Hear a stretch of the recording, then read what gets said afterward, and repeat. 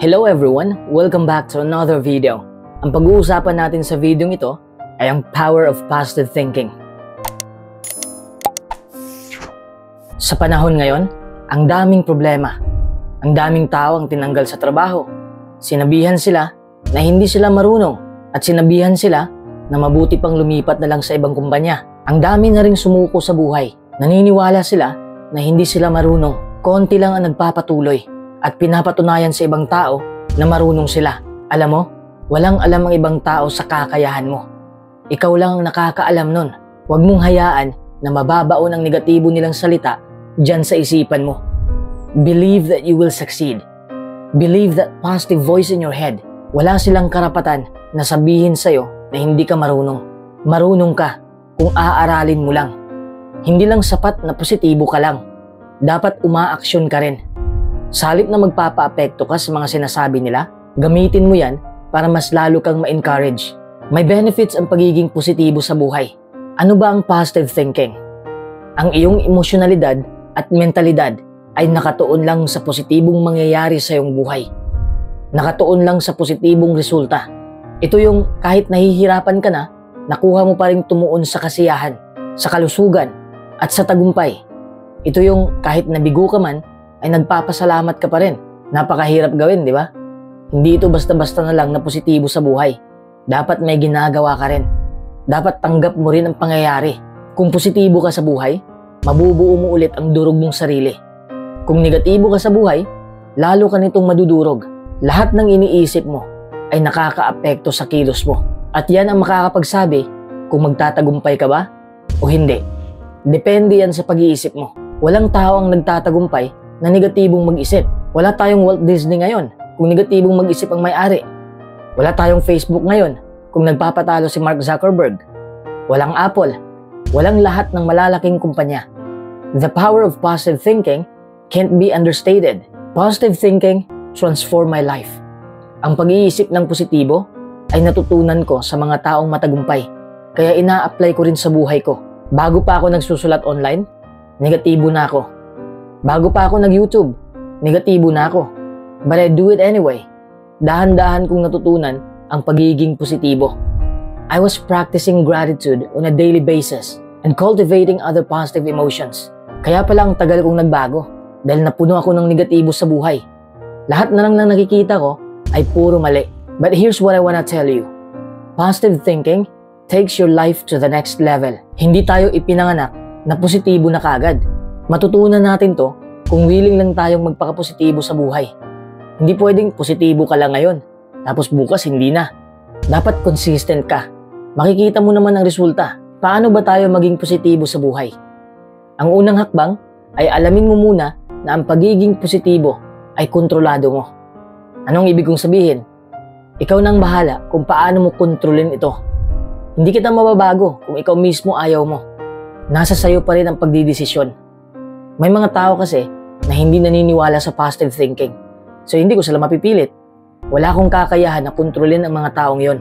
Ang masasabi ko lang sa'yo, kung gusto mong maging positibo sa buhay, kapag nakontrol mo na ang iyong emosyon, tatatag pa rin ang iyong mentalidad kahit alam mong ang daming kahirapan sa buhay. Hindi ka basta-bastang matitinag. Ikaw lang ang responsible sa buhay mo. Sa mga pinag-iisip mo, kung tagilid ang buhay mo ngayon, kasi tagilid rin ang iyong pag-iisip. Hindi yan dahil sa ibang tao o sitwasyon. Taking responsibility for how you think, for how you act, and how you feel allows everything in your life to fall into place. Sabi ko nga palagi, hindi natin makukontrol ang mga nangyari sa ating buhay. Pero makukontrol natin kung paano tayo mag-react. Mag-focus ka lang sa mga bagay na kaya mong kontrolin. At yun ay ang iyong emosyon at isipan. Kung nakontrol mo na ang emosyon mo at isipan mo, panahon na para yakapin mo ang positibong mentalidad. Number 1, ayusin mo ang iyong kilos. Napansin mo ba na kapag bad mood ka, ay nag-iiba din ang kilos mo? Hindi normal ang kinikilos mo at mararamdaman yun ng mga tao. Hindi ka makakapag-eye contact. Hindi ka maayos makipag-usap. Para kang mabigat tingnan. Nawawala ka sa iyong katinuan dahil hinayaan mo ang mga bagay na hindi mo makukontrol ang siyang kukontrol sa'yo. Don't let people o circumstances control you. Start being mindful. Hindi ka makapag-concentrate kung hindi ka mapakali. kung hindi ka komportable, kung galit ka, kung malungkot ka, lahat ng yan ay negatibong aksyon. Dahil sa postura mong malamya, maaapektuhan din ang iyong mentalidad. Bababa ang kumpiyansa mo sa sarili. Walang positibong tao na negatibo ang kilos. Positive thinking is as much about your body as it is about your brain. Kontrolin mo ang iyong kilos sa pamamagitan ng iyong tindig. Kung paano mo dinadala ang iyong sarili at kung paano mo inaksyonan ang positibong pag-iisip. Ayusin mo ang iyong postura upang makita ng tao ang iyong kumpiyansa at maramdaman ng tao ang iyong aura. Smile more. Share that positive vibration. Iwasan mo na ang negatibong kilos. Stand straight. Walk confidently. Kailangang obserbahan mo ang iyong sarili. Sa oras na makita mo na negatibo na ang postura mo, umayos ka kaagad. Kung maayos ang iyong tindig, ang positibong pag-iisip ay malayang dumaloy sa buhay mo. Kung makikita o mararamdaman ng mga tao na positibo ang kinikilos mo, mahahawa sila sa ganyang enerhiya. Of course, they will also respond with positivity. Mas madali mo silang makakabig kasi mai-inspire mo sila. Mas lalo silang gaganahan na magpaka-positibo rin sa buhay. Maa-attract mo ang mga tao na katulad mong mag-isip.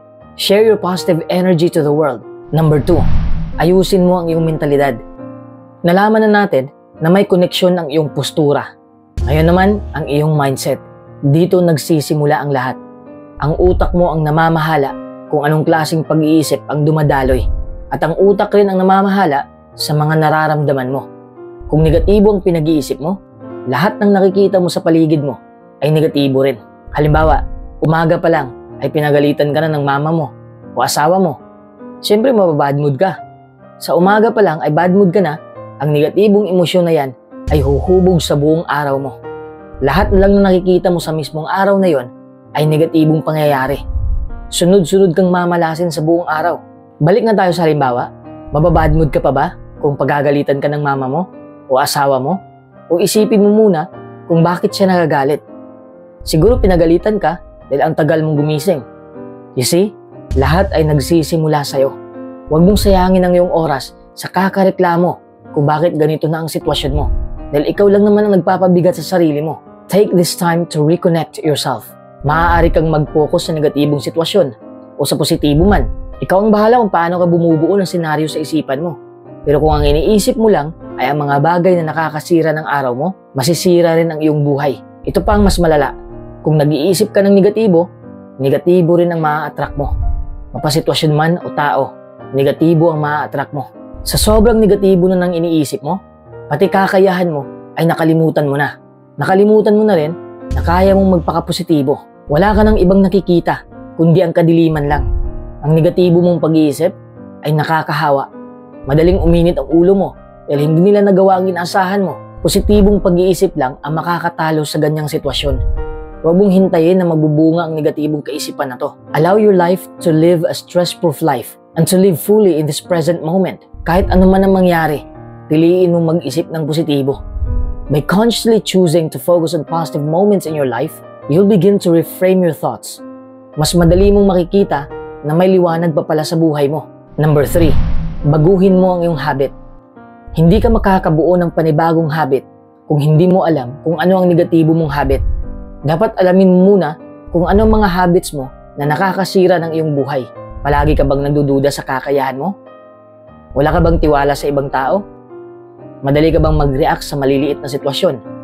Kung hindi ko nabanggit ang kinagawian mo, ikaw lang ang nakakaalam kung ano yon. Nababalisa ka ba sa kinabukasan mo? O sa kinabukasan ng mga anak mo? Dadalhin ka ng iyong negatibong pag-iisip sa isang madilim na lugar. Wala ka ng ibang makikita doon, kundi ang negatibong sarili mo lang. Kung paulit-ulit kang nag-iisip ng negatibo, magiging habit mo na to. Kaya dapat ayusin mo na kaagad. Marahil ay iniisip mo na bakit hindi pa tumaas ang sahod mo, matagal ka na nagtatrabaho. Sa sobrang pag-iisip ng ganyan, negatibo ang makukuha mong sagot. Maiisip mo na walang pakialam ang boss mo sa'yo. Ito pa ang dahilan ng iyong pag-resign. Isipin mo ang lahat ng oras na sinasayang mo dahil lang sa pagbuo ng negatibong habit na ito. Ang pag-aalidlangan sa sarili ay halos palaging nakaugat sa takot. Madalas ay ang takot sa pagkabigo. Kung may sinubukan kang isang bagay, tapos nabigo ka, isa lang ang naiisip mong gawin. Sumuko na lang. Ang iyong isipan ay gagawa ng mga dahilan kung bakit hindi na lang magpatuloy. Kung hindi mo lalabanan ng mga negatibong kaisipang ito, kung hahayaan mo lang ito na sasakupin ang buhay mo, Maaaring hindi ka naman mabigo, ngunit hindi ka rin uusad. Yan ay mas masahol pa. Tandaan mo to palagi. Kung nabigo ka man, kahit papaano may natutunan ka. Kung na-stuck ka lang sa ganyang buhay, wala kang matutunan. Kasi comfort zone mo yan eh. Sa halip na magpapaanod na lang sa negatibong habit mo, ituon mo muli ang iyong kaisipan sa iyong lakas. At bumuo ka ng positibong pag-iisip na makakadurog ng iyong lumang kinagawian. Itigil mo na ang pag-aalinlangan mo sa iyong sarili. Itigil mo na ang pag-iisip ng sobra. Harangan mo ang negatibo sa pamamagitan ng pagpuno ng positibong pag-iisip sa utak mo. Train your mind to think positively. Matutunan mo yan. Hindi ito imposible. Kapag ginawa mo yan, hindi ka nahaharian ng takot. Yun ang kapangyarihan ng positibong pag-iisip. Number 4, ayusin mo ang iyong mga salita. Natalakay na natin to noon, di ba? Words have power. Ibahin mo ang anyo ng iyong bokabularyo. Ang mga salitang pinili mo, sa pagkikipag-usap man o sa isipan mo lang, ay may malalim na epekto sa iyong buhay. Natuklasan ng mga pag-aaral na ang positive self-talk ay nagpapabuti sa estado ng iyong buhay. Ang positive self-talk ay makakatulong sa iyo kung paano kontrolin ang iyong emosyon at iba pa. At ang mga salitang pinili mo sa pakikipag-usap ay nakakaapekto sa kung paano mag-respond sa iyo ang mga tao. Depende kasi kung ano yung binitawan mong salita. Kung negatibong salita ang binigkas mo, negatibo rin ang madalas na reaksyon ng mga tao. Bago ka pumili ng iba't ibang mga salita, kailangang alamin mo muna kung anong mga salita ang ginagamit mo na. Alamin mo kung paano mo ginamit ang mga salitang yon. Alamin mo rin kung ano ang nararamdaman mo kapag binigkas mo ang mga salitang yon. Talaga bang takot ka sa kinabukasan mo? O kinabahan ka lang ng konti? Talaga bang galit ka sa taong yon? O naiinis ka lang sa masamang ugali niya? Minsan kasi nakakabigkas tayo ng negatibong mga salita para sa walang kwentang dahilan. Try to use words that are less emotional. Siguradong maramdaman mo ang kaibahan sa buhay mo. Marami nang nag-message sa akin na nakakatulong daw sa kanila ang pagsusulat sa lahat ng negatibong salita upang madali nilang maiwasan ang mga ito. Pwede mo rin itong subukan. Para sa bawat negatibong salita, sumulat ng positibong kahalili sa tabi nito. Halimbawa, isulat mo, hindi ko kaya. Isulat mo rin sa kabila, na kaya ko to. Negatibong salita, laban sa positibong salita. Alam ko na marami kang maisulat. Tapos basahin mo ng paulit-ulit. Pwede mo rin niyang gawing affirmation. Alam kong nahihirapan ka sa ganitong technique. O di kaya hindi mo gustong magsulat. Nasa sayo pa rin ang pagdidesisyon. Huwag mo lang ipagsabay lahat. Kung nagawa mo na at naayos mo na ang steps 1 to 4, proceed ka na sa number 5. Tingnan mo ang taong may impact sa buhay mo. Mahilig akong magbasa ng libro. Kaya nai-inspire ako sa maraming authors. They had a profound impact in my life. Sino bang inspirasyon mo? Partner mo? Matalik mong kaibigan? Mga magulang mo? O iba pang tao? Bakit ka nai-inspire sa kanila? Dahil ba nagtagumpay sila sa buhay?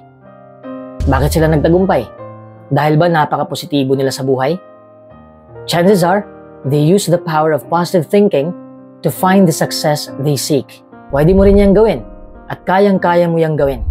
Kapag nahulog ka na sa kadiliman at hindi mo na alam kung paano makahanap ng lagusan, isipin mo yung taong nagpapa-inspire sa'yo. Isipin mo kung paano siya lumaban sa buhay. I-apply mo sa iyong buhay ang kanyang mga ginagawa. Pwede mo ring isulat kung anong natutunan mo sa taong yon. Kung ang taong hinahangaan mo ay isang taong kakilala mo lang at tinatrato mo siyang mentor mo, mas mabuti yon. Tawagan mo ang kakilala mo at humingi ka ng malupitang advice upang mas lalo kang gaganahan sa buhay.